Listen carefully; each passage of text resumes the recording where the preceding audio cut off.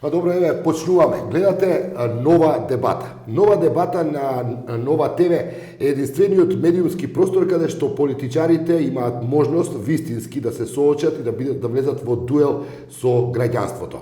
Се друго е демагогија и манипулација, барем за сега.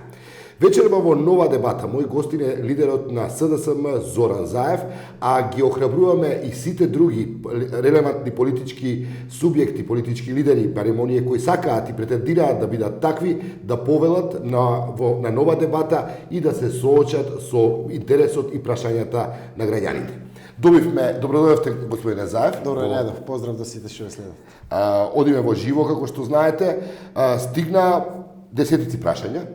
Во главном прашањата се однесуваат голем интересот на нашите читатели и гледачи за програмата на СДС и плановите за иднината на Македонија, она што го планира Социјалдемократскиот сојуз. Тоа е најголемиот сет на прашања, но да одиме поред, да почнеме со актуелностите. Еве едно моje прашање, дали сте сигурни дека на 24 април нема да има предвремени парламентарни избори, како што е тоа одлуката на собранието?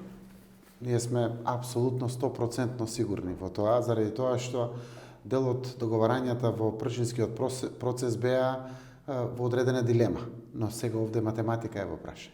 Се бројат деновите, се пресметуваат плюс и го вадите на вистина 85 до 90 дена од почетокот на целата проверка. Тоа значи по закон 50 дена пред избори мора да биде завршена проверката, за да може да оди на јавен увид, и на 10 дена пред изборите се дава на печатење, се заклучува и се дава на печатење.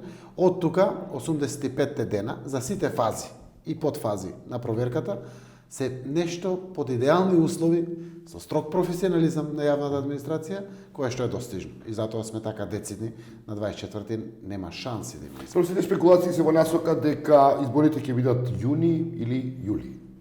Знаете како, ние не сакаме да шпекулираме со датумот, заради тоа што... Кој е според вас реален датум, кога би можеле да се одржат изборите? Прифативте методологија, сите прифатија методологијата за пречистување на избирачкиот список, останува да се решат медиумите, кога би можело реално да се случат избори?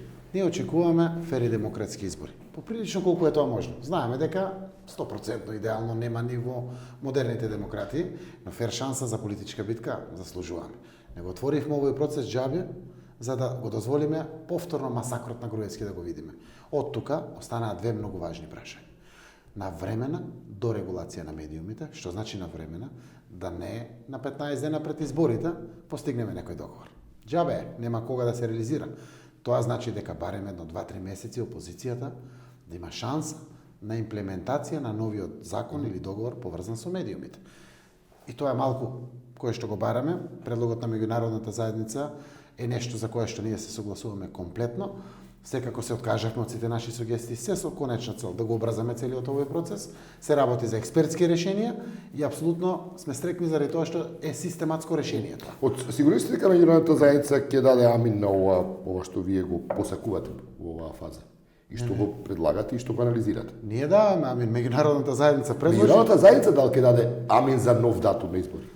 Новиот датум за избори, дали ќе даде меѓународната заедница, таа не е таа повикана, јас се надевам, заради тоа што секој пат била принципијална кон Македонија, дека и таа ќе го сугерира тоа. Го слушавте господинот Хан, тук не очигледно нема наклонетост кон вашите само да се доискаже. Да.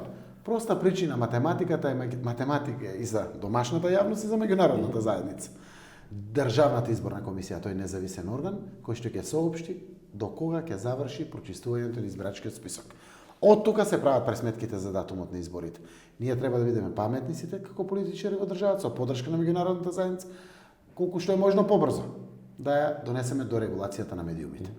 Тоа е тоа кое што треба да се заврши до делот на изборите. Таму има разграничување на државата од партијата, целосни реформи во судството што треба да се случат. Има уште еден куп работи што блиску ли сте до договор за медиуми? Не. Дали има изгледи скоро да се случи? Она што се надевам дека ќе биде секој пат придржување до укажувањето од меѓународната заедница до 19 февруари да се случи. Спомнав се судството. Во судството слушаме, читаме дека многу прераспределување се случуваат овие денови во судовите од кривичниот суд, во судот за прекршоци, така натаму, дали е тоа индиција за реформа во насока на она што сите го бараат владење на право или е во насока на дополнителна политизација на судскиот систем? Дозволете да го искористам ова прашање. Имам сериозни сознанија дека заменик министерот Билјана Бришковска заедно со председателот на судскиот совет Ушковски ги повикува председателите на судовите во Македонија, давајќи им сериозни инструкции. Истата таа која што тука во преговорачкиот процес представник на ВМРО ДПМН. Само пуштам порака. Тргнете ги валканите раце на политичарите од судството. Не може да има реформи, нема толку букви, зборчиња, реченици преточени во закон кои што ќе донесат реформите. Дали тие Однесувањето на политичарите е најважната работа. Тргнете ги валканите раце од правосудните органи. Тогаш ќе имаме значителна реформа која што со одредени измени исто така треба да даде резултати. Дали тие преместувања мислите дека се некаква превенција за она што наскоро треба да се случува, а тоа се обвиненијата од специјалното јавно обвинителство? Тоа што го кажав е заради превенција на тоа што треба да се случува најверојатно од специјалното обвинителство или било што усмислила власта да прави преку правосудните органи. Секој пат знаат, кога се дрзнене да прават вакви глупости, врз глава им се срушило. И овие глупости ќе им се срушат врз глава, заради тоа што недозволиво извршната власт да го контролира, менаџира, управува и укажува комплетно на правосудните органи, без разлика дали е тоа обвинителство, судство, во внатрешноста, основен суд Скопје 1 или било кој. Па ова мешање во институција за која што ставивме јас и Груевски, Ахмети и Тачи подпис, го гласавме во парламентот со консензус. Јавно изразивме доверба кон него. По овој масакар што го гледам овие дени, катастрофа. Тоа само укажува дека се работи за уплашени луѓе. Да почнеме со прашањата на нашите читатели и гледачи. Еве тема избори, да се држиме до таа да по продолжение. Ирена Кофиловска прашува што ќе се случи доколку нема договор за датум за избори. Не постои нешто што е решение за кризата надвор од Пражинскиот договор. Договор за избори мора да има. Опозицијата ги бараше изборите. Опозицијата ги доби изборите, но секако императивот е фер и демократски избори, така да верувам дека ќе се случи договор за датумот на избори кој што излегува од емпириски мерливи факти, а тоа е регулацијата на медиумите, односно дорегулацијата на медиумите и прочистувањето на избирачкиот список. Дали од Теона, дали во случај на пропаѓање на Прежинскиот договор ќе смеете да продолжите со бомбите, доколку нема да смеете, мислам дека повторно ве изигра со законот за бомбите. Опозицијата има толку механизми на располагање кои што се надеваме дека нема да бидат неопходни да ги искористиме. Прежинскиот договор е тој на кој што веруваме дека представува единствено излезно решение од кризата и со негово исполнување е можна стабилност во Македонија од секаков аспект. Што значи тоа? Полн легитимитет на победникот носи стабилност, тоа е можно само при фер и демократски избори. Опозицијата се бори за фер шанса за политичка битка, да има слободни, регуларни, демократски избори. Од Бакрачи, зошто СДСМ дозволи ДПМН да ги пробие сите рокови во Пржино, наместо силно и навремено да алармира и да реагира? Алармиравме со изјави секој ден. Алармиравме пред меѓународна заедница, пред домашната јавност. Секојдневно ја брифиравме јавноста преку изјави на преговарачките тимови, директно од партијата, секој пат. И сите знаат дека ако е договорено конституирање на Државната изборна комисија до крајот на август, законот беше донесен на 10 или 11, таа се конституираше некаде околу 20 декември, ако не се лажам, тоа во очи на јавноста, пред очи на јавност се случува целото.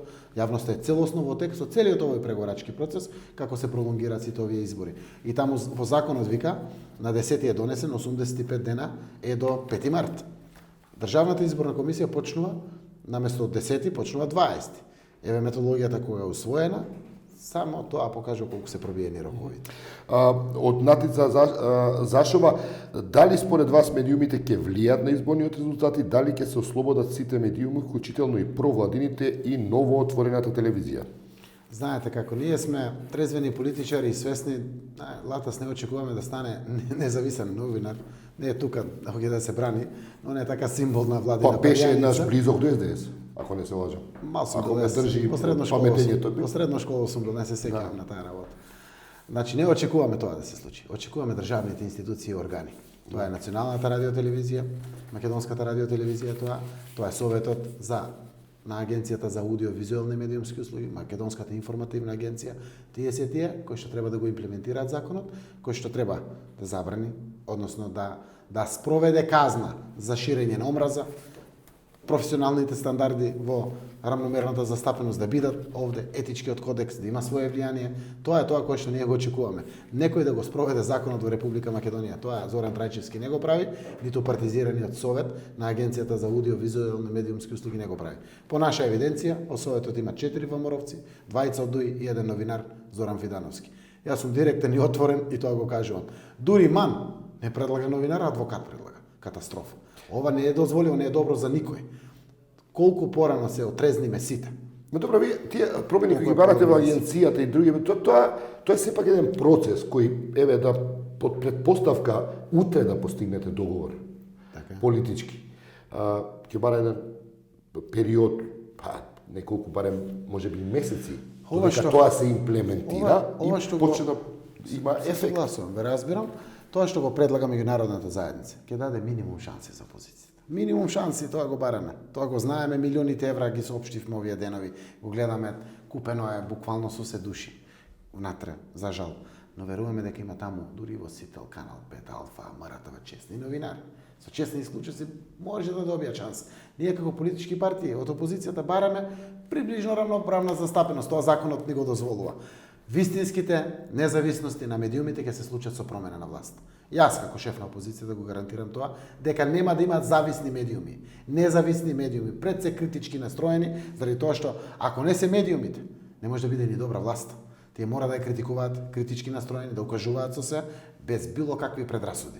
И тоа е нешто кое што се залагаме, го напишавме во нашата програма, усвоено на Конгресот.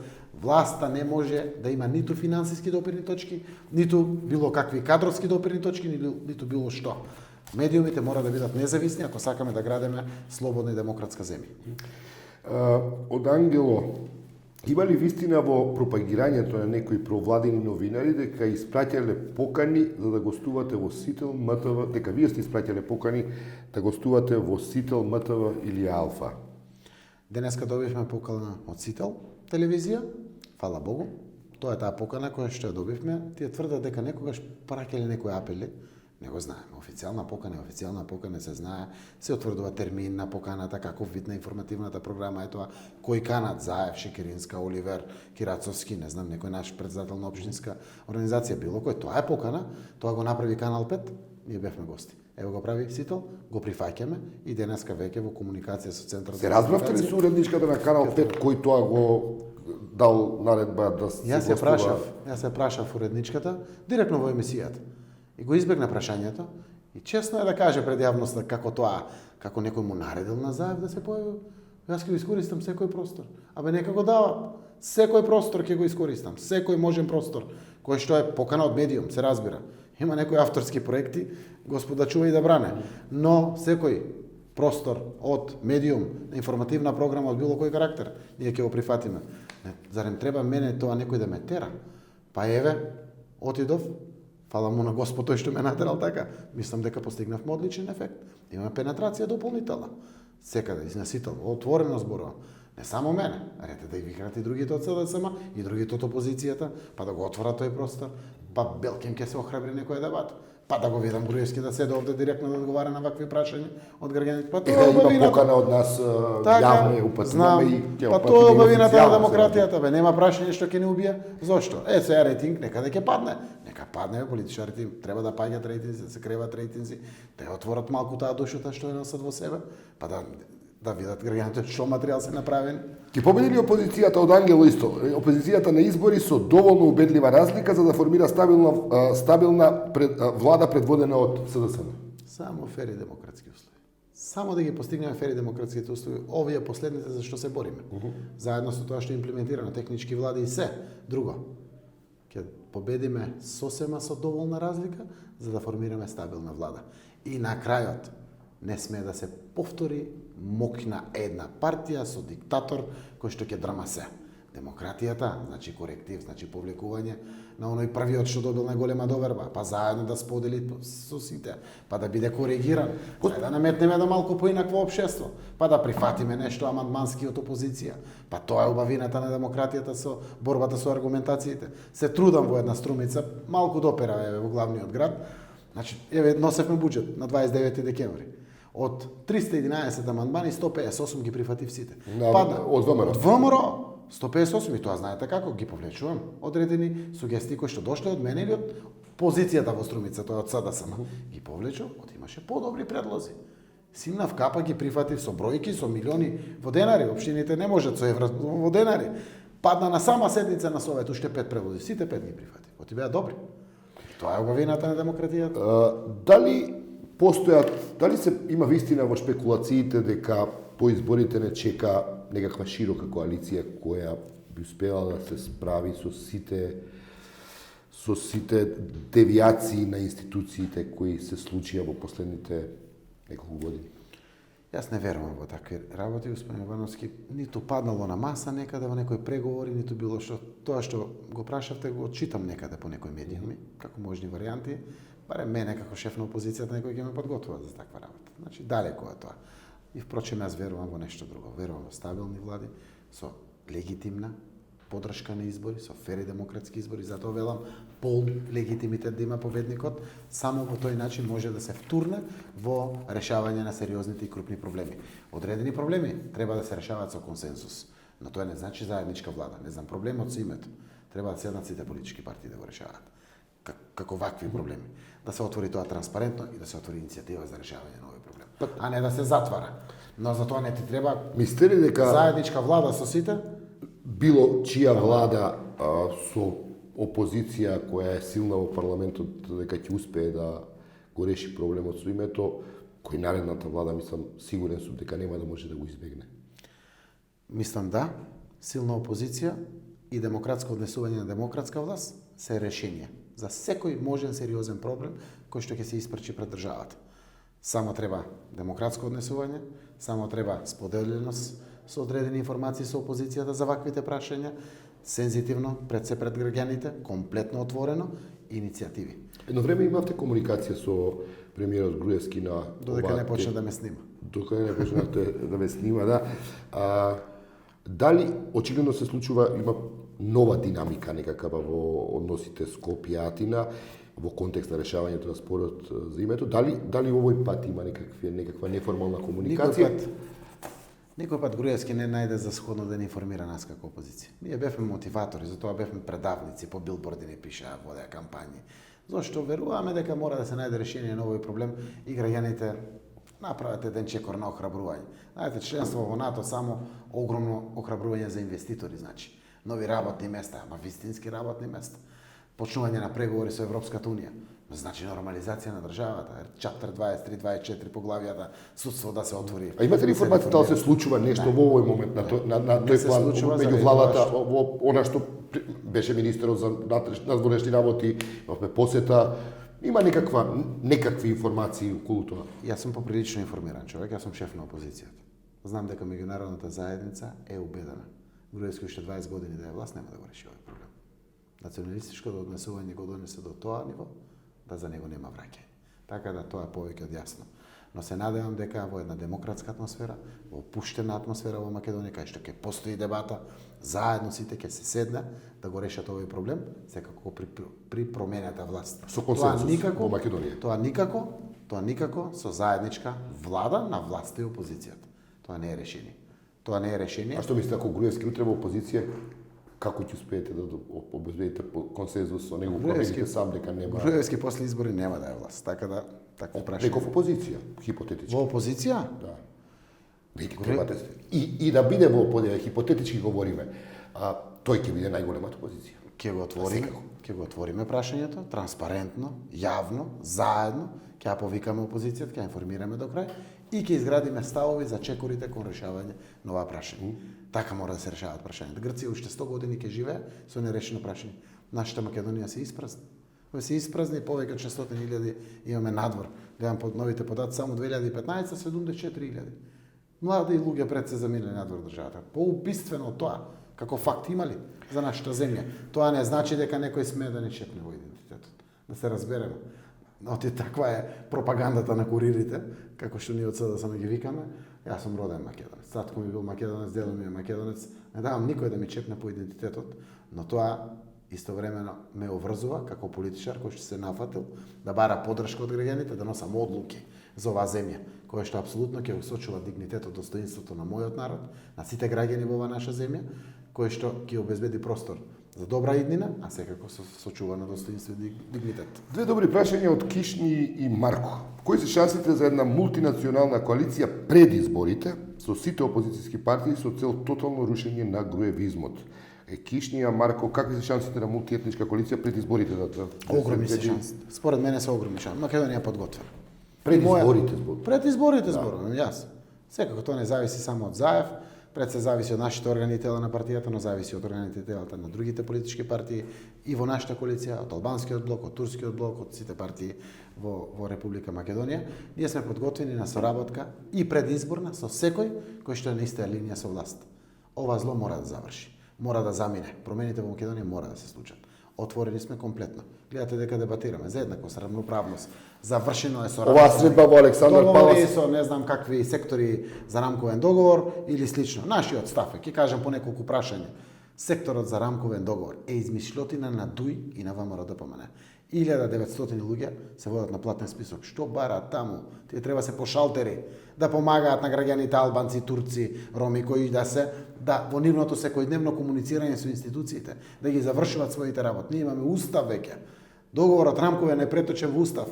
И тоа нема никогаш доволно текстови кои што ќе прецизира однесувањето на политичарите. Но не може пред сите можни избори се наводно раскаруваат во ВМРО-ДПМНЕ и ДУИ, водат кампања патриотска и на крајот браќа по пари сите. Значи, ништо се е заборавено. Овој бара самостојно 6 пратеници, овој вика без албанците не бива ништо, само го држат ова педалото на гаста, буквално, подпалувајќи го народот и граѓаните на сите страни за пуста власт.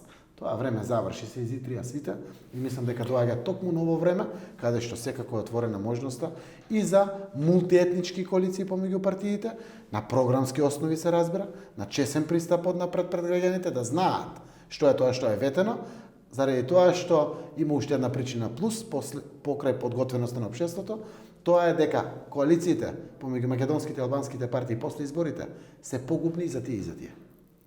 Честниот пристап пред изборите е придобивка за сите граѓани во Македонија. Дали во контекст на ова се вашите средби со села? Видовме на фотографија сте се сретнале и со гзимострени од унитети. Дали се разговара за тоа? Значи се видов со претседателот на РДК, тоа е господинот Вејсел Мемети, се видов со Зиеден села, се видов со господин Газимостреми, се видов со претседателот на БЕСА.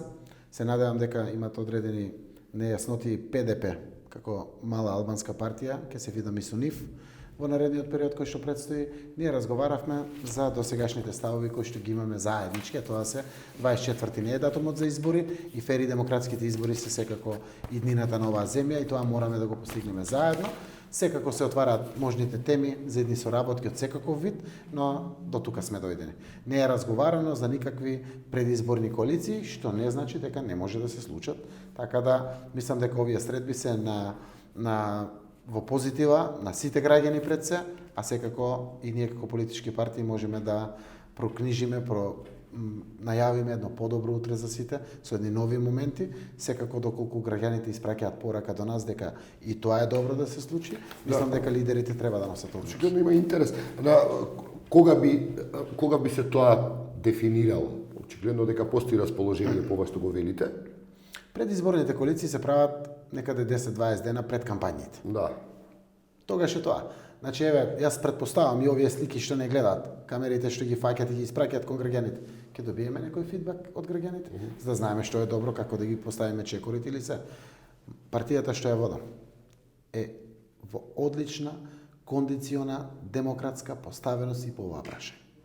Јас сум среќен што СДСМ се модернизираше како партија целиот овој период на тешкоти и маки во опозиција. Тоа е еден нов квалитет кој што се јави внатре.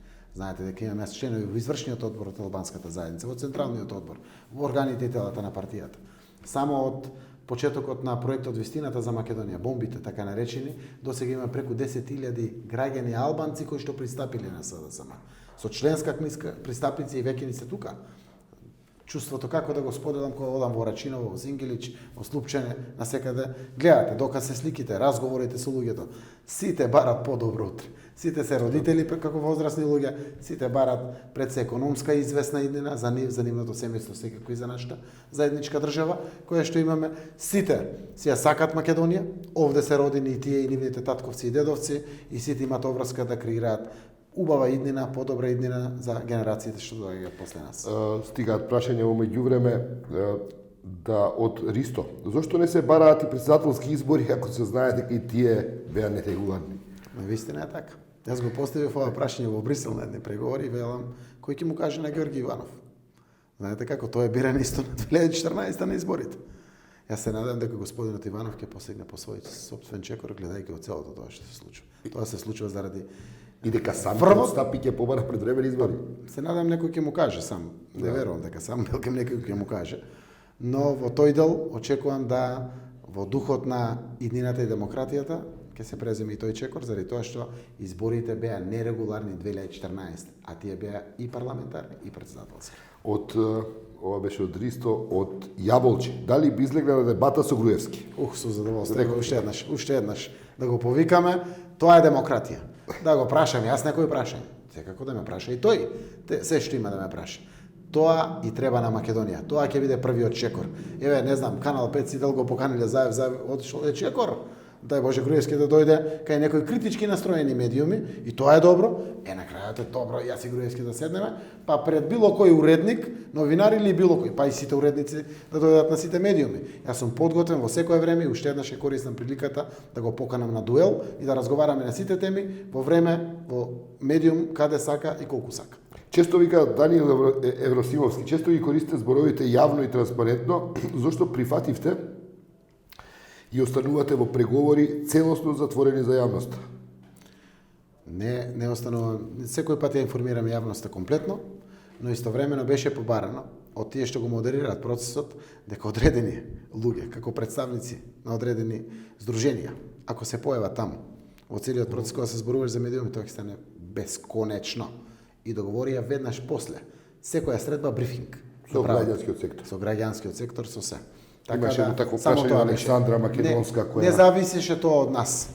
Ако е до нас, ние ги каниме сите со сите камери пред камери да преговараме. Значи пред камери ќе поставиме сите камери, седиме тука лидерите или седат работните групи пред камери. Ние немаме што да криеме. Ние се бориме за нешто што е вредно и принцип за државата. И некој пат луѓето викаат меѓународната заедница ја поддржува опозиција. Не, таа поддржува принципиелни вредности кои што се придобивка на државата. Опозицијата се залага за тие вредности. И некој пат изгледа дека ние сме на иста линија.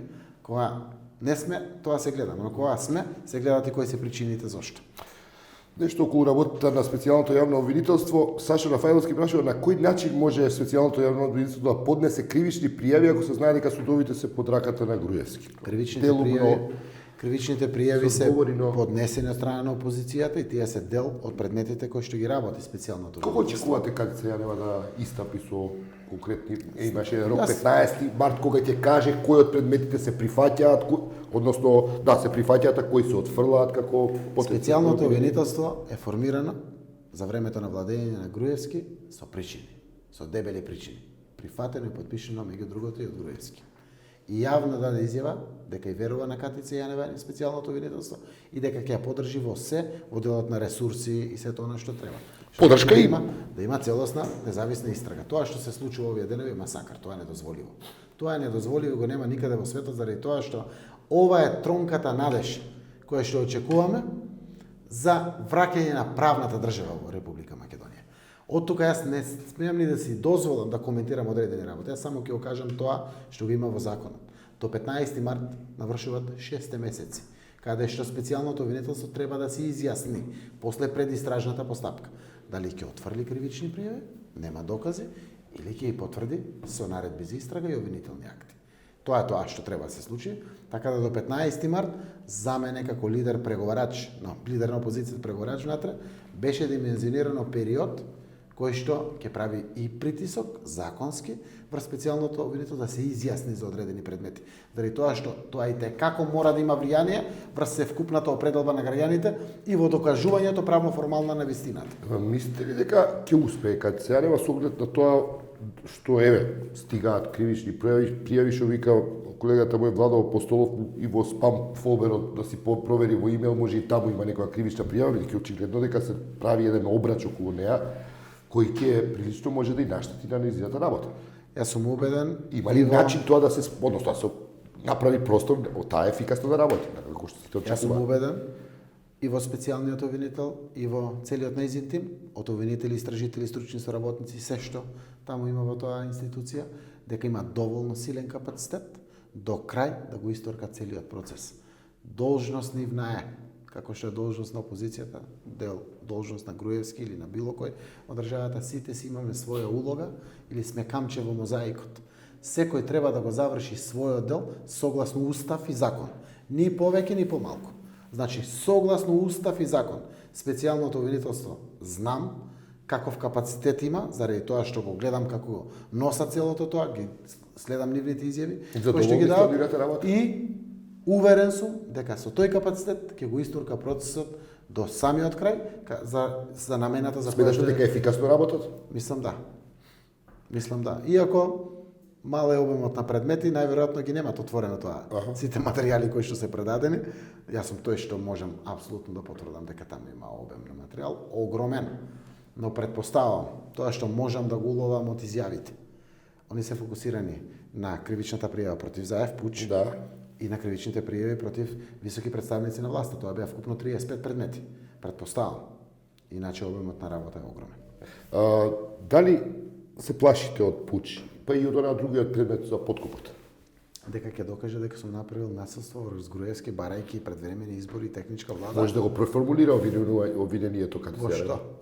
Дека сум попуштил да соработка со странски служби. Со странски служби? Дури и Груевски веќе не ги спомна странските служби. Ни тактички опреми, ни жолти комбиња, не знам што. Официјално е тоа што го кажува и Груевски, Заев ми кажа и за тоа 9,5-10 месеци се замајуваше јавноста со странски служби. Каде е странската земја? Каде е странската институција или лице што им служи? Каде е? Ниту го има во обвинителниот акт, ниту го има во изјавите на власта, ниту во изјавите на обвинителството.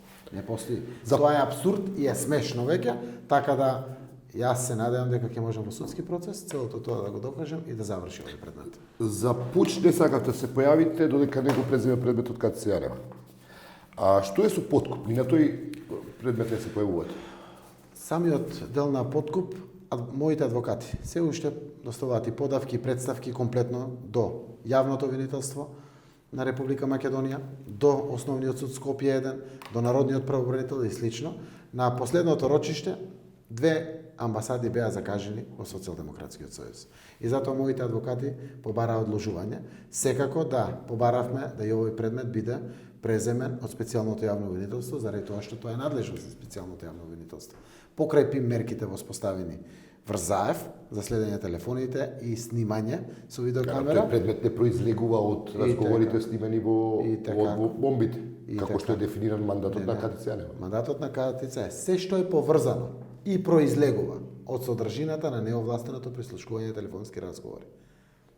Таму значи вие барате сега и тоа неовластено прислушкување на Заев има со години наназад, а во одреден момент поставиле ПИМ мерки. И при тоа, при поставувањето на наредбата за слушање на телефоните и следењето на Заев, не напишале Зоран Заев, напишале не ставиле таму основни по закон податоци за да има наредба за следење во целиот тој процес. Така да и како спаѓа под специјалното јавно обвинителство, очекувам да биде преземено од страна на специјалното јавно обвинителство, но секако штом се појават судски рочишта, јас ќе се појавам. И додоколку предметот го води јавното обвинителство? Да. Да врашам повторно околу борбата со корупција, каде беше прашањето кое се однесува на тоа дали е вистина дека наскоро ќе биде уапсена, приведена поранешната министерка Гордана Јанкуловска. Дали е точна ваквата шпекулација, прашува некој најреален? Јас не можам тоа да го кажам. Мислам, како би знаел, јас да го кажам. Ако ме прашаат мене како економист, тоа што го слушнав од бомбите, многу народ треба да ја позатвори од власта, и тоа од врхушката на власта. Криминали до без свет ги слушнавме сите. И не може да се правиме наивни, да не знаеме што е направено. И не, јас знам дека и лесно се обезбедуваат докази, компретно и во материјална форма на целото тоа што го слушнавме, но неам информации дали тоа така ќе се случи или не, ниту пак можам да добијам преку министерот за внатрешни работи Оливер Спасовски или преку некој друг дека нешто такво се подготвува. Неам такви информации. Дали во снимените материјали, Мају прашува, дали во снимените материјали кои ги поседувате има разговори меѓу функционери на СДСМ? И јас реков еднаш, не го фатија сите тоа медиуми, не еднаш, на неколку митинзи и мои јавни настапи. Повеќе од 70% опозицијата и критички настроените медиуми, заедно со бизнисмени, верски заедници и граѓански организации се следени. Да. 70% од материјалите, некаде околу 25% се новинари од власта, односно не од власта, туку приврзаници на власта, дел од владените функционери, се делот на 25%, а 5% знаам јас, знае Сашо Мијалков и знае Никола Груевски што е тоа. Само вие тројца? Па предпоставам. Дали... Ама веќе знае и специјалното јавно обвинителство се разбира. Да. Дали, човечки вака ме прашав, дали од слушањето на материјалите сте изненадени од некои луѓе? Кои биле можеби во ваше окружување блиско? Ве молам, немојте вакво прашање да отварате. Не дека избегнувам прашање. Некој пат е добро човек да не знае се. Ќе успеете да го надминете тоа? Предпоставувам дека мислам има дека останав на нас. Да го нас. надминете и тој без да Мислам го... дека без останав на можеби фрустрација или како сакате да го речете, или чувствителност, повреденост емоционална да ја надминете. Останав на носе. Јас си знам сам со себе како го поминав. Фокусирани се сега на друг процес. Во други времења можеби сигурни сте дека ќе го тоа издемфувате доволно да не пробие некако. Секако. Се сметам да за добро изградена личност, високо едуцирана личност, добро упатена општествена личност, и јас морам да останам на нозе и не само тоа, морам да водам. И целосно сум свесен за оваа работа, затоа рекле постарите, некој пат не е добро се да знаеш. Жал, јас морав се да знам, но еве до толку би коментирал. Тоа би навлегло најверојатно во делот и на приватноста, и во делот на профилацијата на генерално луѓето. А успевате ли со некои од луѓето кои сте се разочарали од тоа да одржувате нормални контакти денеска? Мислам дека не може ниту еден да каже дека јас сум се променил заради тоа што ги поседувам веќе материјалите. Не постои таков човек на кој што сум дал до знаење со мој гест однесување или зборување нешто, дека нешто знам. А мислам дека голем дел од луѓето знаат дека тоа го знам, па тие се со својот кабајет. Хакуна Матата, дали се служувате дека изборот на Спасовски за прв човек на МВР е грешка и зошто е поставено партиско лице, а не е експерт, за како се залагавте? Не, таму стоеше дека technical appointment. Да. Во текот на преговорите ние утврдивме дека technical appointment значи техничко поставување, што значи нема право на вработување, нема право на промена на сите 529 раководни места во самото министерство, освен она што е насушно потребно за да го води самото министерство. И тоа беше technical appointment. Секако беше лиферувано во јавноста, во одредени делови, може ние дадовме одредени изјави што значи технички министер, но во финализацијата на преговорачкиот процес за имињата на техничката влада и нивните надлежности, го издефиниравме тоа заедно со владеачките партии и согласно тоа го понудивме нашето решение, кое што беше прифатено секако и од другите претседатели на политичките партии кои што седат на преговорите. Апсолутно сум целосно задоволен од работата на Оливер Спасовски, Фрусина Ременски и тројцата дополнителни заменици министри. А од Кирил МКД, кај е Пендаровски? Зошто е ставен во втор, трет план? Мислам дека неутралните повеќе сакаат него да го гледаат и слушаат. Согласувам, неутралните сакаат да слушнат ставови од неутрални личности кои што се залагаат за исти цели и како и опозицијата. Стево Пендаровски е вклучен во се. Генерално дури тој си има и своји сопствени активности за кои што го поддржувам. Многу често знае да каже многу подиректни ставови од опозицијата и тој си го има тоа право, тој не е член на СДСМ, тој беше наш заеднички кандидат како здружена опозиција. Човекот го почитувам исклучително, секако беше вграден во целиот овој процес на вистината за Македонија. После парламентарните и председателски избори, но реално со нас. Го нема. Не го гледаме Стево Пендаровски. До време беше секогаш во ваша близина? Имавме активности кои што се врзани со граѓанските организации, така, со невладиниот сектор, со граѓани, интелектуалци и слично. Во партиските активности не може да дадете на Стево Пендаровски партиска задача, заради тоа што тој навистина не е наш член на партијата. На што работи Стево Пендаровски сега? Стево Пендаровски знам дека е во комуникација со граѓанските организации кои што се залагаат за исти цели, кои што се со нас помага во нашите комисии. Нашите комисии повеќе од 50% се членуваат луѓе кои што не се членови во партијата, помага во работењето на Социјалдемократскиот сојуз, го прави мостот меѓу другото и на зајакнување на опозицијата со сите интелектуалци и политички партии и слично. Врши според мене Дали се доволно од тоа како може и повеќе. Како СДС ги користи потенцијалите на граѓанскиот сектор, на граѓаните, на индивидуалците, Јас сум кои свесен. не сакаат да бидат дел од некаква партиска структура. Тоа е поприлично не баш благородна работа. Знаете како граѓанскиот сектор, ако јас се прашувам, бидам себичен како председател на СДСМ и сите ние од СДСМ, ќе се обереме околу нас. Тие па не барат ни пратенички места, тие за граѓански сектор. Само ќе го искористиме и готово. Не е тоа добро.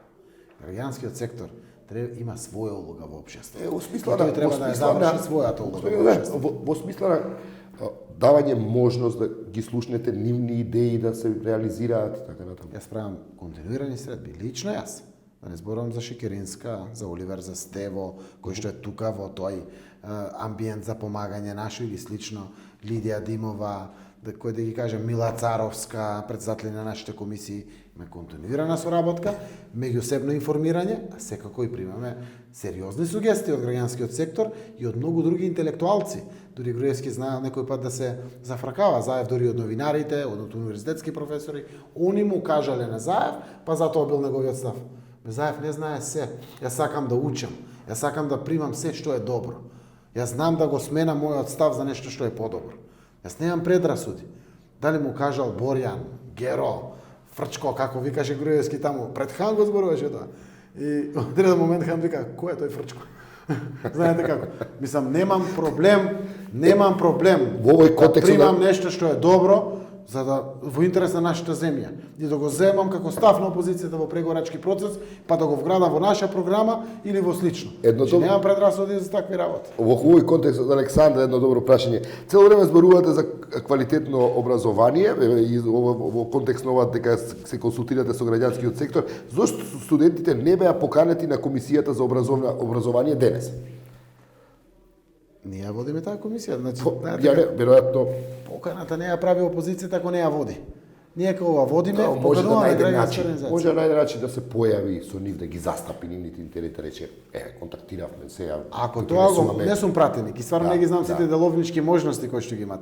Но ако е тоа така, пропуст се признавам што тама работа. Уште утре ќе им кажам на пратениците од може би не бараат да бидат физички присутни, може би бараат да се некој да ги пренесе нивниот глас да го пренесе. Нема зијано таа работа, ќе си го кажат нивното мислење. Многу знаеш како, ние ќе се убиеме таму зборувајќи што сакат студентите, викни ги да си кажат студентите стварно што сакат. Така да немам проблем со такви работи. Ако е тоа така, уште вечерва после оваа емисија ќе опрашам координаторот Сугаревски, какви се деловничките. Ако е тоа така, веднаш да ги поканат и преку медиуми и преку официјални покани, тама работа. Да, господин Заев, има за бегалците гледам неколку прашања. Едното прашање се однесува на тоа дали постои некаков договор за градење на кампови, дали е вистина дека наредната влада во координација со ЕУ ќе гради кампови за бегалците долж границата со Грција. Мене ми е драго што е дипломати како Рот кој што беше овде, државниот секретар од Германското министерство за надворешни работи, го потенцираше тоа и го даде убаво до знаење на многу убав и јасен начин. Секако Македонија во справувањето со бегалската криза е во целосна координација со Европската унија. Мене ми е драго што министерот Спасовски воспостави координација со грчкиот министер, со српскиот министер, со сите од регионот. Имаме координација со другите министри од Европската унија. Тоа го правиме заедно. Нашите ставови многу често јавно ги потенцираме. Знаете, дури ограда ако не мора, не треба да има. Солидарноста мора да има, но истовремено полицијата и државата мора да ги заштити и своите граѓани. И тука треба да се наоѓа целиот тој баланс. Справувањето со кризата е можно само во координација со европските земји и со соседството. Пред се трансферзалата Грција, Србија, каде што поминуваат. Во тој контекст и ова прашање на Сеир МК околу вашето мислење за бегалската криза, улогата на Македонија и како да се разреши истата. Македонија во прилично незгодна состојба. Знаете, ние сме единствената земја која што од Европска унија прима бегалци, од Грција, членка на Европската унија. Да. И тоа по прилично незгодно прашање, гледам дека и камче во кондура е Грција во Европската унија. Да. Така да непослушното дете на еден начин таму и ако се случи, не дај Боже, одредено променување на однесувањето на земјите од Западна Европа како Германија, Шведска, Австрија и слични, тоа може да има директно влијание врз Македонија. Секако, тогаш Македонија нема да биде баш во многу згодна ситуација и ќе мораме пред се да си го заштитиме нашиот територијален интегритет и безбедноста на нашите граѓани, а секако истовремено дури и тогаш тоа да го менеджираме со земјите членки на Европската унија.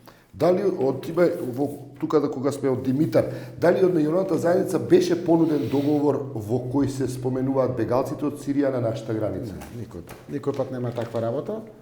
На маса на преговори, на состаноци со мене, со амбасадори или слично. Се шпекулира доста дека Груевски има некаков дел токму на оваа тема и дека поддршката која доаѓа од Хан се должи на оваа тема. Некако. Не знаеме како.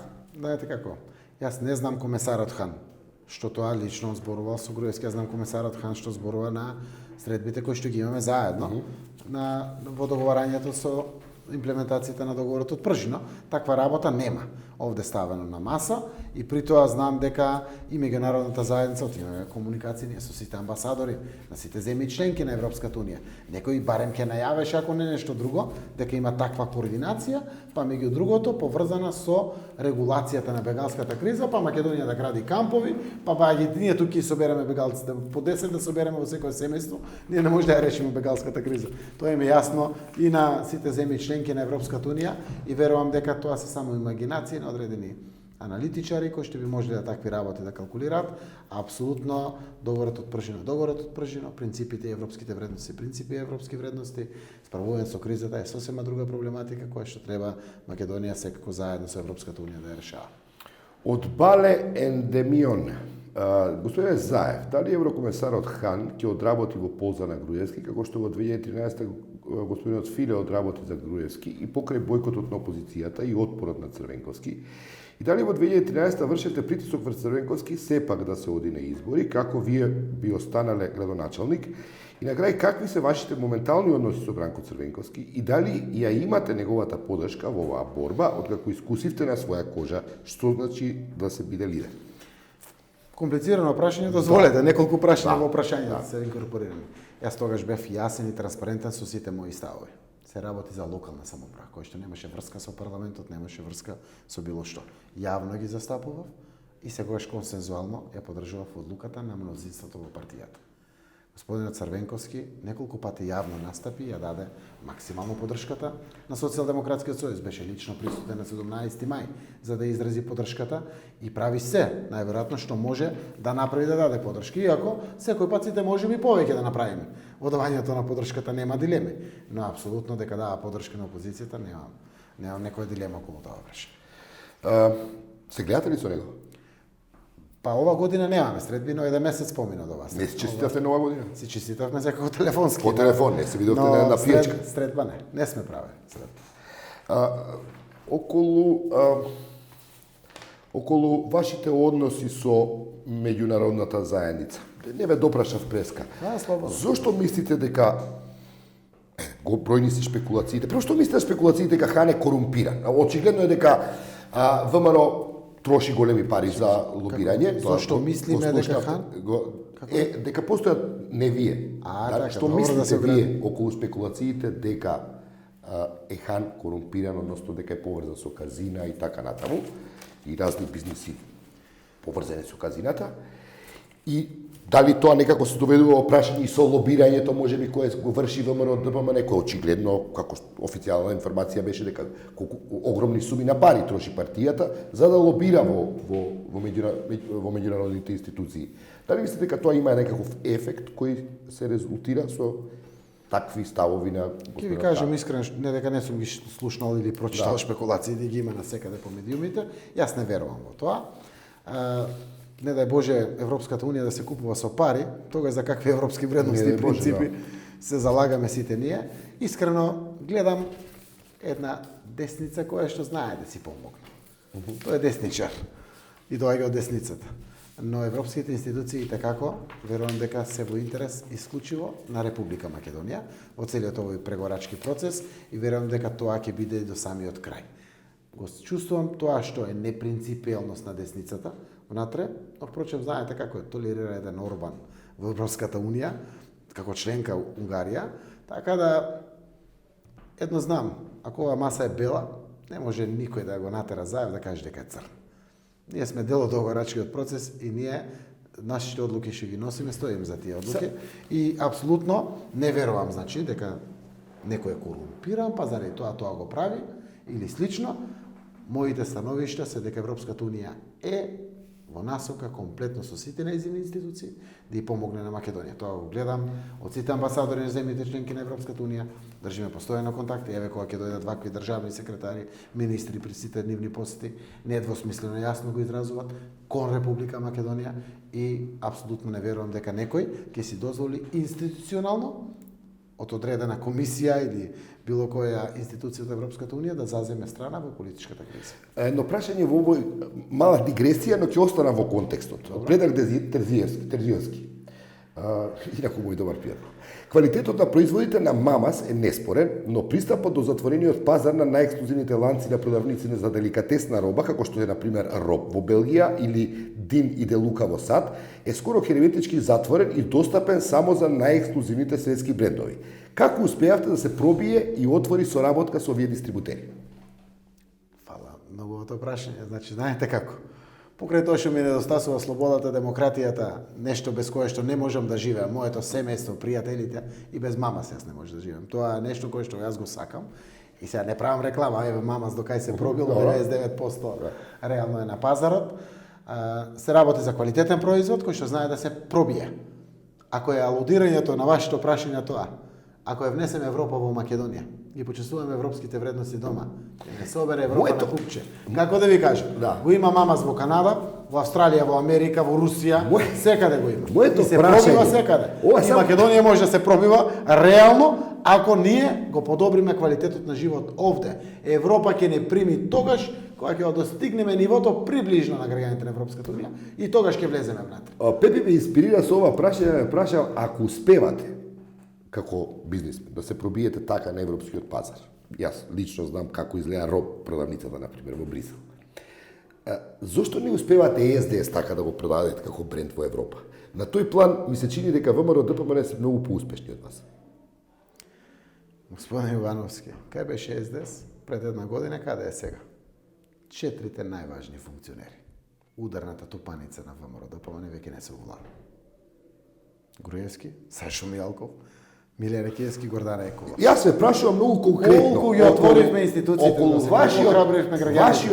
околу вашиот имидж, вашиот борбата за вашата кауза во меѓународна на светскиот, ако овде е пазар, зборувам светската политичка сцена. Зборувам Брисел како центри политички, Брисел, Вашингтон. Еве во тој правец. Да, ве сватив сега. Се што е левица во Европската унија. ПЕС. Да. Е унисоно, комплетно консензуално кон поддршката на СДСМ, што не е случај во ИПП. Но ефектот за кој го има ВМРО е очигледно моќен. На такви на се што преживува ВМРО ДПМН по бомбите, мора да признаете дека се уште добро се држат. Со меѓународна поддршка. Имаат поддршка десницата која што е власт во Европската унија, да не забораваме, тие се мнозинството во Добро, да. Така. И имаат премиери мнозинствено во Европската унија од десницата. Тоа не е незначително. Десницата си помага, но не е унисона и консензуална во поддршката кон ВМРО ДПМН, како што тоа е левицата или ПЕС, партијата на европските социјалисти, кон СДСМ. Секако на ПЕС им е полесно. Ги гледат и слушнале бомбите, ги виделе транскриптите и знаат што поддржуваат. Принципиелна борба за слобода и демократија. Но истовремено да ве потсетам, Социјалдемократскиот сојуз со целиот овој процес да не се повтори никогаш повеќе. испишува неколку кратни истории, кои што ќе имаат своја рефлексија и врз Европа. Прво, има силна левица во Македонија. И тоа никој не може да го негира. Што не е случај во многу земји. Една Србија е разнишена левицата генерално. Знаете како во Бугарија и исто така исподелена. Ево во Албанија Еди Рама води, во Хрватска имаше добро, ама тука се некаде да одржуваат власта или било што е реткост и во Западна Европа тоа е така, еден тренд. Меѓу другото, ние на светот му покажуваме дека можно е да падне диктатор без да има револуција по улици и не дај Боже жртви или било какви повредени. Му покажуваме на светот и ќе докажеме тоа до крај со нашето трпение, настојчивост, прецизност, конзистентност и флексибилност толку колку што е дозволено. И таа порака никој не може да се прави наивен дека не ја фаќа. И тоа е така.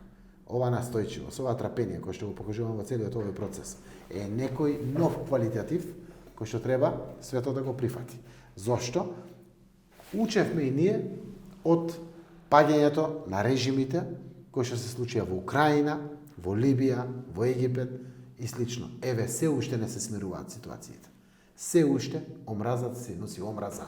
Знаете како? Жртвата си бара жртва. Не дај Боже, во мала Македонија да се случи тоа. Тоа беа и причините зашто влеговме во еден ваков процес.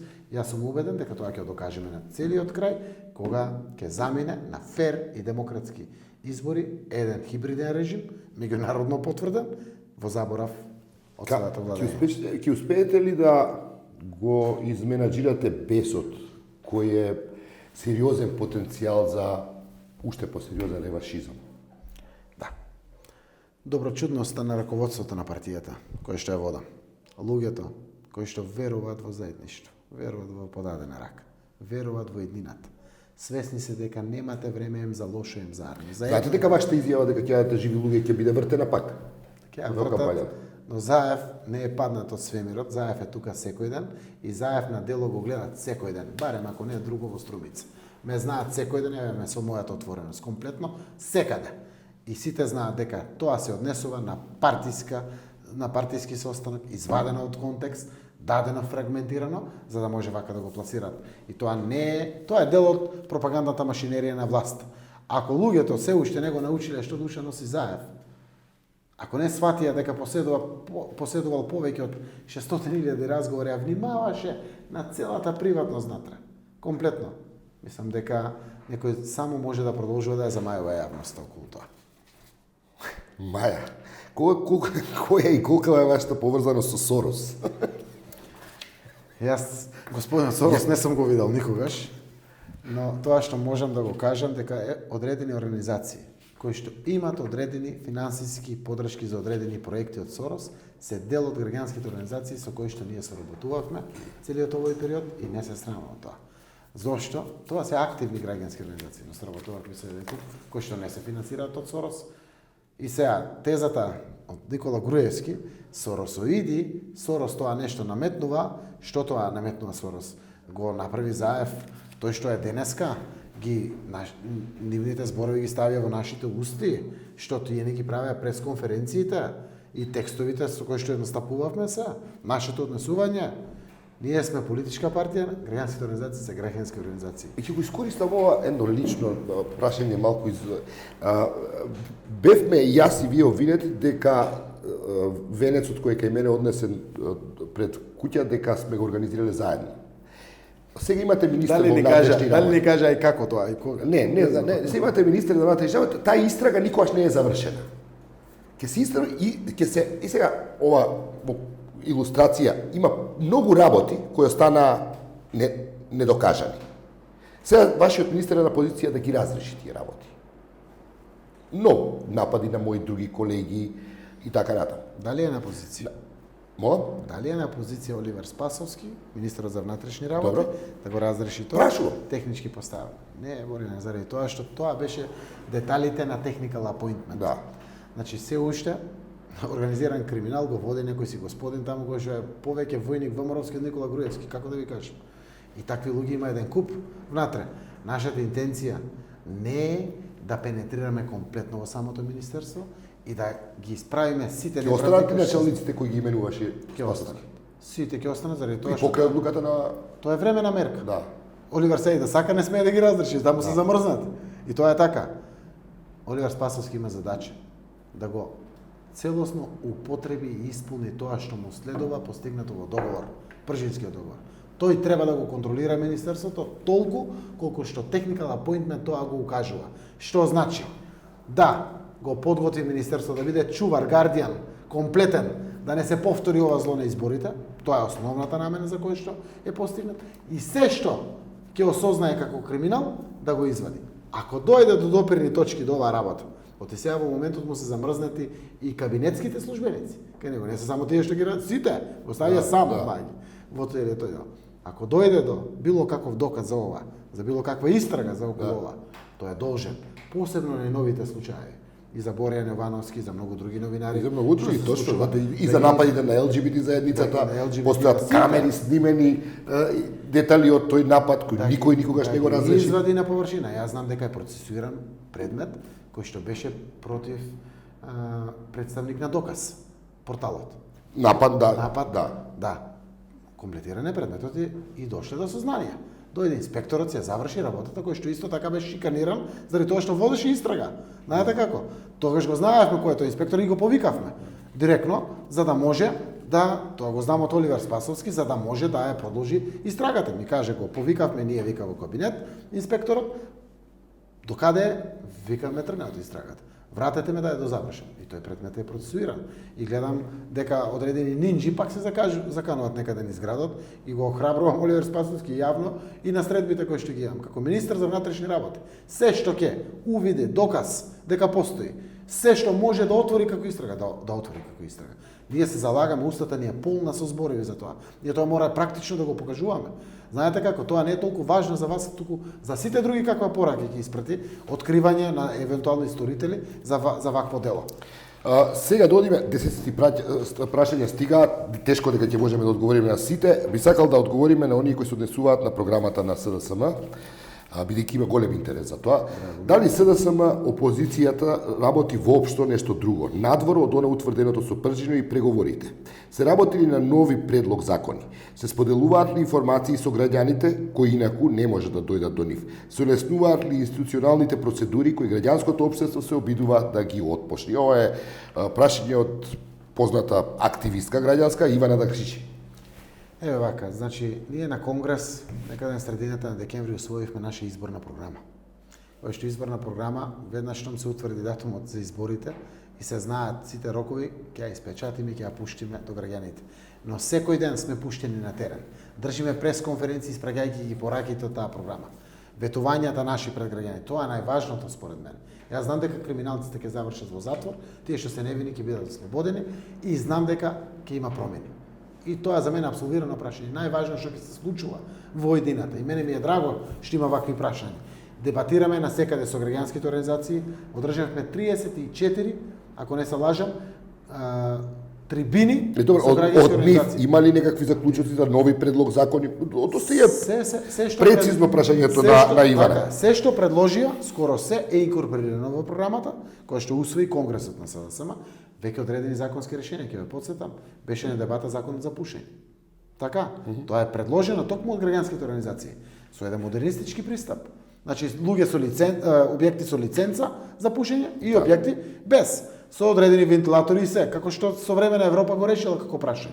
Го предложивме, го одби ФМР. За екстерното образование, од каде дојде? Од граѓанските организации дојде предлогот. СДС го прифати како став, го вгради во својата програма и тоа е наш и го пуштивме како законско решение. Власта за жал ги одбива. Ова произлегува ако познајќи ја Ивана. Неколку законски решенија ги пуштаме директно во парламентот, се бориме за нив. Ако дозволите мој личен печаток и коментар, ова би го надоврзал, овој печаток кој го има Ивана би го надоврзал на оној истиот од студентот кој вели кај сме ние во комисијата каде што вие можете да ги застапувате нашите ставови. Очигледно постои некои прекини во комуникацијата, но тоа ова е мој коментар. Доволно е сигналот кој што вечерва вие го испративте до мене дека постои, но знаете дека ние сме први кои што ги викаме. Дојде ли Илија Димова директно секој пат ги кани сите да бидат присутни, води комисија. И другите наши представници кои што водат комисии, секогаш кај што има интерес граѓански го повикуваме да дојде. Ќе го видам и правото на членувањето во комисијата, секој пратеник дали има право исто тој да повикува, ако го има тој, тоа ќе го искористиме. Тоа е ставот на СДСМ по ова прашање. Значи нема предрасуди. Тоа ќе биде само од помош целото. Да, имајте го предвид дека очигледно постои некоја фрустрација во комуникацијата и некое незадоволство. Да ви оставам тоа на вас. Жико Јовановски, многу добро прашање. Како ќе го решите проблемот со пензиите и празниот фонд? Многу мощно актуелно прашање за кое вие не сте се изјаснили. Ева вака, значи катастрофална е работата финансиска генерално во државата со сите не плаши. Тоа го знаеме сите. Така, со пензискиот фонд е исто така. Ако ни го констатирате тоа, да не дои сплашите, не е целта. Океј, ние чекаме решение. Не е целта, не е целта на тоа. 400 милиони евра годишно се крадат пари од државата, од врхушката на власта и високите структури на администрацијата. Да. Зошто го кажувам тоа? Има пари да се надмине тоа. Има пари да се решат конкретни крупни проблеми кои што се присутни во нашето општество. Но најсериозното решавање на проблемот во фондот за пензиско е нови работни места, квалитетни работни места, каде што ќе се полни фондот за здравствено и пензиско, фондот за пензиско осигурување, а секако и фондот за здравствено осигурување. Тука е борбата. Вистински работни места.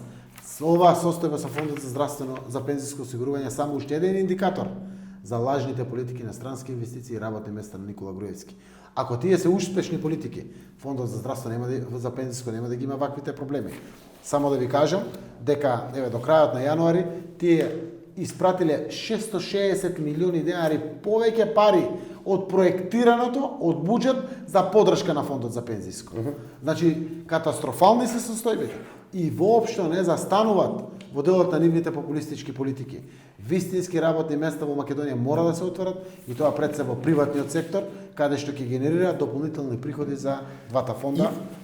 Тука и барам едно прашање кое се однесува, го прочитав пред малку, кое се однесува на вашата програма, вашата стратегија, како ќе им помогнете на иновативните пристапи, предузимачите и развојот на малите и средни предпријатија, кои многу луѓе би можеле да го искористат, доколку постои стратегија за разбира и програма на некоја партија, да. Две мерки од програмата. Да. Едното е пред се за младите луѓе, млади предприемачи да станат сами свои газди. Државата директно преку инкубаторите ќе финансира по 10.000 евра неповратни средства со партиципативно учество на учесникот во ваквиот проект. Значи ќе дадат себе 2-3.000 евра за да може да си ги чува и своите парички и да отвори свој бизнис и да стане сам свој газда и дај Боже да отвори 2-3 нови работни места во целиот тој бизнис. Во делот на отварањето на фабриките, директната поддршка до домашните компании. Пред се домашните компании ќе оди на начин каде што влегуваме, не знам, во Штип, капитал секторот, бизнис фелата, комората во Штип. Сите можат бизнисмени да вложат 10 милиони евра, 10. Државата ќе партиципира со 7 милиони евра. Дополнително ќе ги обезбедиме овие ефтините кредити кои што доаѓаат од меѓународните банкарски институции, кои што досега Македонската банка за развој ги дава, со ефтини како кредити, за да го комплетираме проектот и да отвориме нови производствени погони. Правото на приватниот сектор за откуп на тој малцински пакет на државата од 7 милиони евра. Ме сваќате до тука? 10 милиони евра дава приватниот бизнис, 7 милиони на државата. Малцинство е внатре. Приватниот сектор во наредните 10 до 20 години може да се го откупи по номинална вредност. Како кој инвеститор? Како кој инвеститор? Инвеститор ангел. Да го охрабри приватниот сектор, да инвестира, не знам, фабрика за вештачко ѓубриво. Еден куп фарми за производство на месо, храна, кое што досега стана веќе дефицит во Македонија. Тоа што е наша предност, што имаме ресурси за тоа и слично. Но партиципативното учество на државата ќе биде исто конечна цел. Платите на вработените. Платите на вработените мора да бидат над 29.000 денари по вработен. За да вие како држава се инвестира. Што значи самите проекти мора да бидат искреирани на начин на кој што ќе има доволна профитабилност, тоа е основот за одржливост на самиот проект, но со високо ниво на плати кое што пополека ќе дига средната класа во Република Македонија. Еве го Печи Иванов е тоа. Што нуди СДС во програмата за почнување на сопствен бизнис на млади? Ова е за младите го кажа. Да. За сопствен бизнис на млади е директно. Значи 137 млади земјоделци ќе добиле поддршка од власта. Не бе директно 10.000 евра неповратни средства од државата за секој млад кој што ќе обезбеди 2 или во одредена категорија и 3.000 евра, сопствено учество, за да може, минимум, за да може да влезе во отварање на свој сопствен бизнис. Има милион мали дејности, такви кои што секој може да стане сам свој газда, не да бара работа во јавната администрација, па заради тоа мора да членува во политички партии, па за да може да се вработи во Македонија. Тоа е од Јусуф Ахмети. Дали имате план ако победите на избори, како да се деполитизира државната администрација? Во овој контекст ја би додал во прашањето што ќе правите со онолкав број на администрација? Македонија тоа не може да го поднесе. Една работа, рационализацијата на администрацијата не смее да се сведе на бркање од работа. Што значи, прво, имаме одредени дејности кај што има дефицитарен кадар. Градинките ги гледаме сите. Однегувателки, воспитачки, административен персонал мора да се распоредат рамномерно секој. Втората работа ќе воведеме и втората смена на јавната администрација. Зошто бе до 16 часот да се врши работа пред државата? Втора смена ќе работи, за да зголеми ефикасноста на самата јавна администрација. Тоа е начин на рационализација. И ќе ги употребиме така наречените економско-социјални и оперативни системи. Што значи мерит систем? Значи, не може сите да земат иста плата, а да не работат исто. Се знае, тој што не ги исполнува задачите, ќе биде прераспореден на друго место, каде што и него ќе го исполнува работата, а и ќе биде 100% ефикасен за тоа што добива плата од нашите данъчни обврзници од сите во Република Македонија. Тоа се решенијата кои што ги нудиме. И тоа не е нешто што го измисливме, го применува Европа, посебно по младите членки на Европската унија, кои што се трансформираа од поранешни социјалистички земји во демократски земји, кои што веќе се членки на Европската унија, обидувајќи се да не го намалуваат бројот на јавната администрација, да ја зголемат нејзината ефикасност, ефективност до одредено ниво, додека не стане доволно поатрактивен приватниот сектор, па самите луѓе, заради напредување повеќе плата, да го бират како опција. Млади очигледно пратат и се заинтересирани за овој разговор. Стефан Васев, доколку ја освоите власта на престојните избори, ќе го подобрите ли образовниот систем, како што се, например, укинување на пакет мерките за високо образование, укинување на екстерното тестирање и други погрешни политики на ВМРО ДПМН и владината коалиција? И кои се мерките што ќе ги спроведете вие во образованието? Изненадени су пријатно од младите кои имаат доста конкретни прашања. Мене ми е драго, тоа ни дава надеж. Знаете како, дека има надеж во ова наша земја. Јас ги охрабрувам да бидат се поактивни чинители во општеството. Ни треба тоа. Еве како политичар го чувствувам тоа, треба младите да бидат, не да доаѓаат у СДСМ, у ВМРО, активни чинители, да се борат за својата иднина и слично. Во делот на образовниот процес ќе го укинеме екстерното образование. Не веруваме во тоа. Ние мислиме дека тоа ги измачува и учениците, и нивните родители, и наставниците. Не може наставникот да биде роб на административните постапки, плашејќи се дека вториот пат, оти првиот ќе биде казнет парично, вториот ќе го избркат од работа. Но тој треба да го пренесе селото од своје знаење на децата. Комплетно да биде мотивиран. Јас имплементирам таков проект во Струмица. Секој наставник што ќе ми донесе награда на детенце, на општинско, регионално, републичко или меѓународно ниво. Награда на дете. 3000 денари давам награда. Како општина, за да го мотивирам да пренесе знаење повеќе, да се труди со децата повеќе. Не може да го казнувате. Со системот на награди, тоа може да го постигнете. Ќе ги намалиме вкупниот број на часови. Ќе воведеме практичната настава во средните училишта. Децата од прво до четврто одделение ќе имат 3 до 4 часа како што беше тоа порано. Ќе изголемиме рекреативните дејности. Ќе воведеме етиката и моралот кој што е важно во младите генерации. Ќе направиме практично систем кој што дава резултати од некои земји. Ние најчесто тоа го спомнуваме финскиот модел. Го напишавме во програмата. Кој е најефикасен во светот. Најефикасен во светот, а е применлив во Македонија. Е применлив. Нашите деца кога одат надвор од светот, навистина се образовно подковани. Се образовно подковани. Но, јас го гледам мојот син Душко. Јас се сеќавам кога бев 12 години. Или кога беше четврто одделение по 6 часа, по 7 часа. Јас имав 3-4. Па мислам дека он кога ќе биде на мои години помалку ќе знае од мене.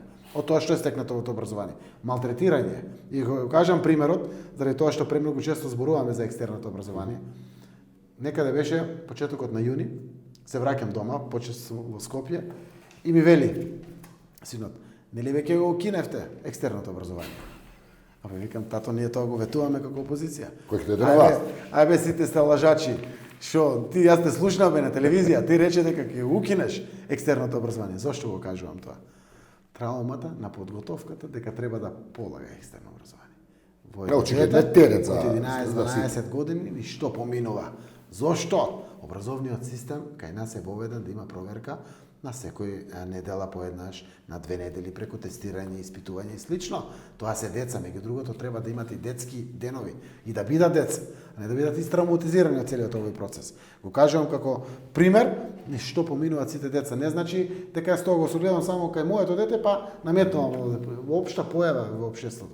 И не го гледам минаетот на Груевски сега. Абе откажи се од нешто. Признај, не го бива ова. Го сгрешивме. Искрено не беше намер. Ке земе политички поени. Откажи се, тргни да имплементира друг систем. Но апропо од Никса, Груевски како премиер сепак злоупотребувал државни ресурси и носи одлуки во име на владата. Иако не е премиер, вика. Зар тоа не е државен удар? Ова е попуч. Да. Ова е попуч здравје. Значи, тој може го спречите се, тоа е во духот на пржино, не е во духот на пржино. Не е во духот на пржино. Пржино не ги опфати сите работи. Но меѓу другото, се бараше и оставка на премиерот за да не го прави тоа. Знаете зошто се бараше оставката на премиерот? Да не ги злоупотребува јавните ресурси, инструменти, механизми, се што постојат на државата, за да може да создаде пофер амбиент за политички надпревар, оти за бегање работата на контрола на партијата на власт врз државата. Ама навика ли е во прашање? Не може ли другчија човекот? Не го знам, но тој тоа го прави упорно и апсолутно не е во духот на Пржинскиот договор и тоа е повеќе од јасно. Авдил Камбери, господин Заев, ако победите ќе правите ли нешто за граѓаните на Македонија или и ти ќе бидеш исто како Никола, ќе те тегнеш само да дојдеш на власт? Знаете како? Поупатените луѓе знаат дека со промена на власта, опозицијата доколку стане власт ја чека нов пекол. Нов пекол, тоа го зборувам јавно, зошто финансиски е клекната државата. Владите, како моторна сила, ја напуштиле Македонија. Остана поприлично возрастни луѓе и затоа се проблемите и со пензискиот фонд и со слично. Стопанството, кое што е полнач на буџетот, е уништено. Домашното стопанство е изуништено. И таа борба за власт, која што ја спомнуваат луѓето, треба да знаат, тоа е своевиден пекол. Но, некој ќе каже, оке бе, тргни се, ќе дојде друг. Искрена е борбата за враќање на Македонија да биде нормална земја. Со сите атрибути на една нормална земја. Како сум јас, можам да тврдам за себе во суперлативи, но доказ ми е Струмица. Таму сум јас власт, како градоначалник, и тоа што е сработено, е во делот на Струмица. И апсолутно тоа покажува за мене, со сите мои предности и слабости. И на крајот, еден од посилните докази е процесот кој што го отвори и го води. Се викаше вистината за Македонија. После ваков процес, не Заев, било кој, да дојде власт, не треба на памет да му падне, да прави вакви забегани глупости, кои што власта во Македонија ги правила се во овие 10 години. Политичар кој што има намера да биде исти како тој претходниот, не отвара вакав процес. Секој през завршуваше да не се повтори никогаш повеќе. Секој през.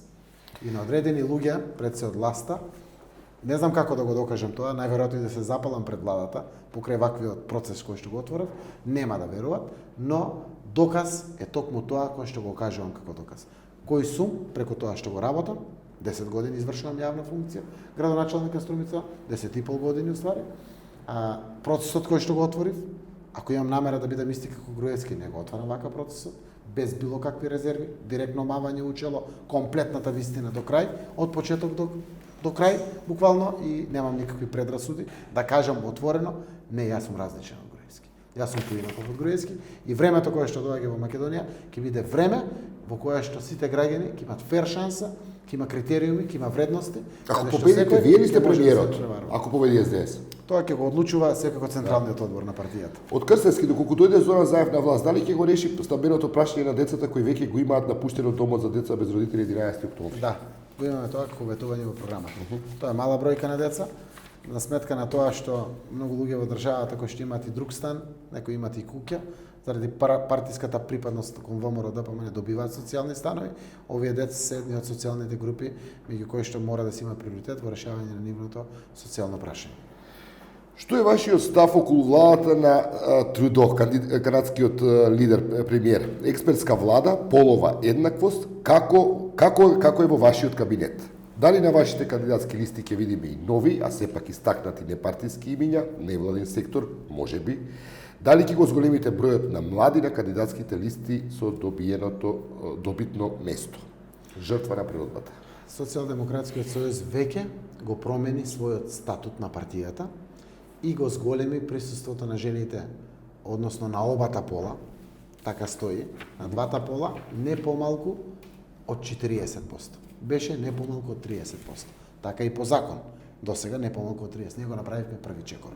Го променивме статутот на партијата и застапеноста на обата пола не сме да биде помал од 40%. За младите од 20% го зголемивме на не помалку од 30%. Што значи ние статутот мора да си го почитуваме и листите ќе бидат составени со повеќе жени и со повеќе млади од било која политичка партија или коалиција во Македонија и тука нема дилеми. Граѓанскиот сектор не гледам дека треба да биде листи. Честно одговарам. Граѓанскиот сектор е граѓански сектор. Ако некој од нив сака да се приклучи политички и да биде член на партијата, на коалицијата и да даде свој придонес и да стане политичар, добре дојде. Тоа е нов квалитетив.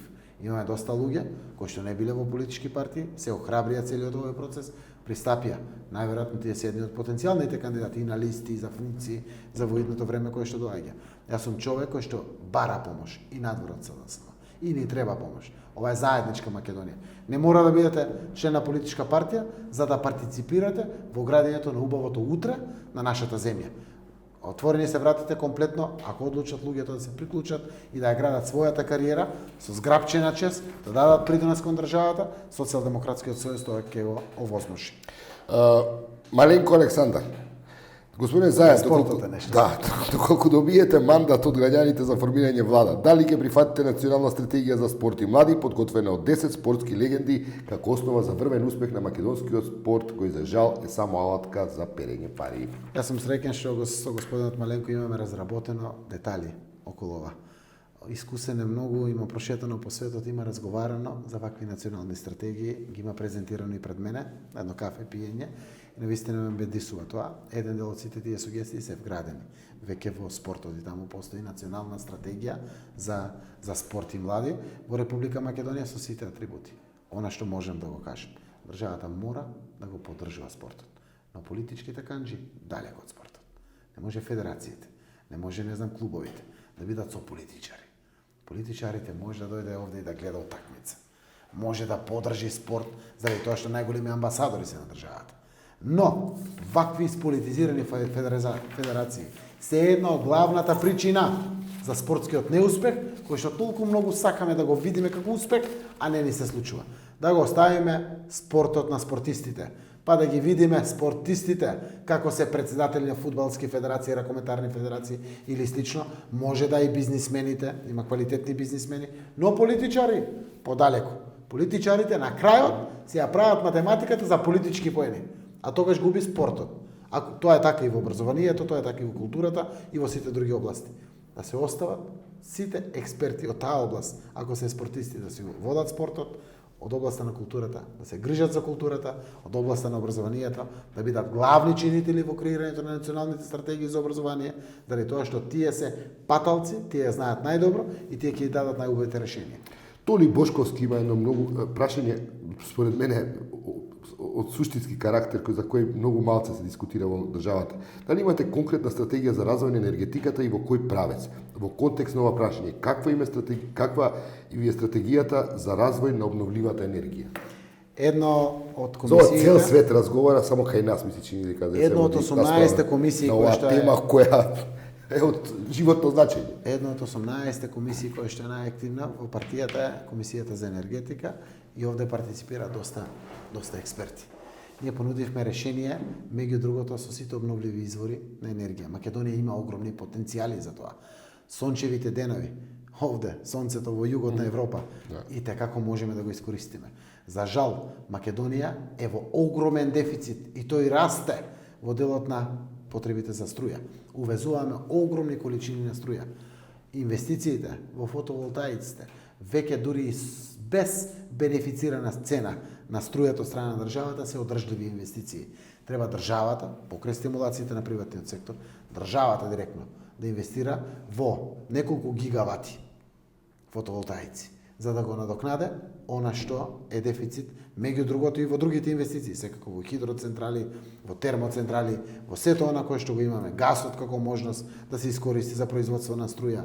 ова што значи, како да ги кажам, ветерниците, се што е обновлив извор на енергија треба да го искористиме, а е потенцијал во Република Македонија како предност наша заради нашата географска поставеност и секако климатските услови кои што ги имаме. Но инвестиции директни треба да имаат од буџет во енергетски објекти. Тоа што се прави со рек Битола, со осломе и крпење од шуплово празно. Криминали, еден куп се случува таму и паѓа вкупниот обем на производство на енергија во Република Македонија. Точно едно од најважните прашања, тоа мора да не загрижува сите. И мораме државата, сите заедно, да инвестираме квалитетни милиони евра, видливи, за да пополека го балансираме она што значи производство и потреба на струја во Република Македонија. Едно прашање од очигледно критички ориентиран гледач. Зоран, дали знаевте за фабриката на чаушот кога дававте изјава околу аферата за фалсификувањето на пасошите и дали сте спремни да се извините за инсинуациите кои ги правевте откако целокупната сега целокупната јавност знае што стои зад аферата?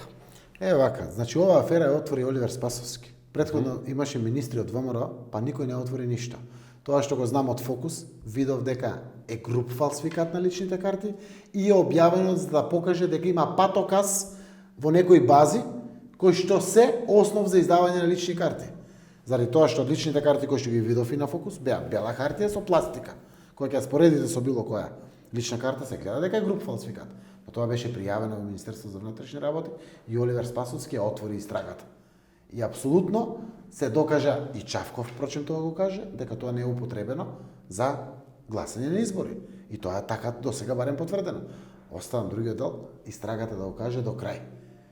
Апсолутно, Зоран Заев не вадеше лични карти на пресконференции, Зоран Заев не вадеше пасоши на лични карти, секако, дури и Фокус прво пријави, како што видов, па после ги извади и напиша дека се гледа дека е тоа груп фалсификат. Зошто тоа Заев да се извини? Заради тоа што Оливер Спасовски отворил истрага за оваа работа? Апсолутно око не ми трепнува. Кој да е, ако се огрешил по закон, има да одговара. Кој да е, потенцирам. Јас сум пример, испрачен како шеф на опозиција, се борам со власта пред судовите, заради тоа што власта ги користи сите механизми и инструменти против мене, да ме осомничи за одредена работа. Ќе ја докажам ја својата правда. Но сакам да испратам порака. Секој што се огрешил по закон, мора да одговара. Бенефиции не смее да има за никој. Пред крај ќе нема да имаме можност за сите прашања, вистина интересот е голем, но долго сме веќе во студиото. Дали Зоран Заев, како председател на најголемата опозиција партија и лидер на македонската опозиција, може да им вети на кратовчани дека доколку победи на наредните избори, нема да коалицира со партијата на Љубисав Иванов Зинго? Да, ветувам јавно. Значи, тоа е добро.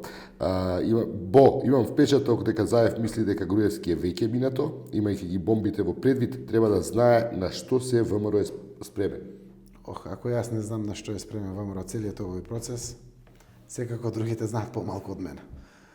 Јас сум подготвен да се борам до крај, додека дишам, за оваа искрена и исконска цел, татковината наша, Република Македонија. И не постои посилно од таа цел, за која што некој човек вреди да се бори. Јас верувам дека таа цел е сама по себе причина за да сум сигурен во успехот. По-сериозна причина од ова е здравје. Секако сите имаме своји семејства, сите имаме своји деца, татковината наша. Татковината наша. Јас ја споделив целата вистина. Сето она што преостане го дадов на првата независна институција од правосудството, да го доистржи. Но добро е прашањето. Апсолутно сум целосно убеден во успехот за кој што се стрема. Стравувате ли од радикализација на состојбите во Македонија? Се е можно. Не викам дека не. Јас сум упатен човек. Од оваа власт што ли не слушнав од разговорите, што ли не видов. Вклучувајќи тоа што не е објавено. Се е можно, но ние како опозиција сме исто така подготвени да ја завршиме нашата улога во општеството, надевајќи се пред се дека нема да бидеме приморани на одредени други чекори кои што не ги посакуваме. И за крај, дали постои план за лоцирање и враќање на сите украдени народни пари? една работа. Слушаме дека околу 10 милиарди повеќе околу 6 милиарди евра 5 милиарди 150 од 2000 и да, но има дел и од времето на СДС пари кога се извадени. Дали тие пари воопшто ќе бидат третирани за да се вратат назад? Прво да биде јасно, постојните закони во Република Македонија кажуваат дека кривично дело докажано со судска пресуда, каде што има украдени пари, Се конфискува. се конфискува имотот, пари ако се фатат, имотот кој што е незаконски стекнат. Тоа се законите во Република Македонија. Поради тоа, СДСМ ќе изгради еден споменик и ќе не трпат граѓаните. На Триумфалната кафија ќе поставиме бројченик. Ветување тоа, сериозно. Бројченик. Како агенцијата за запленет имот ќе продаде имот и врати пари во буџетот, ќе заврти бројченикот. 5 милиони евра ќе заврти. И тоа ќе биде на Триумфалната На кафија. Триумфалната кафија ќе го поставиме и тоа ќе биде споменикот кој што ние ќе го допринесеме во аболумента од споменици во централното јадро на нашиот главен град. И тоа е доказот за искрената намера дека се што е украдено има да се врати во оваа држава согласно постапки по закон и по устав, ако тоа секако се докаже. Јас верувам дека и како има основи дебели за лесно да се обезбедат докази, за да се вратат огромен процент, дај Боже 100% од сите украдени пари во Македонија. Господин Заев, ви благодарам. Жалам што остануваат некои прашања неодговорени. Просторот за новата дебата беше планиран околу 6 минути, 1 час, веќе сме час и половина во студиото. Малку е и топло, бидејќи Нова ТВ не располага со милиони евра добиени од владата. Работиме со рефлектори топли, што придонесува за малку веќе неподнослива атмосфера во овој мал простор во кој се наоѓа Нова ТВ. Благодарам уште еднаш што бевте гостин, благодарам сите што не следевте и активно учествувавте во Нова дебата и уште еднаш повик до сите политичари кои сакаат, имаат намера да се соочат директно со народот, да повелат на Нова дебата на Нова ТВ. Благодарам и на вас на можност што ми го кажавте, да ги поздравам сите, да ги охрабрам со поставувањето на прашања да продолжат према сите политичари во Македонија, заради тоа што и тоа е допринос кон демократијата во нашата земја. Благодарам.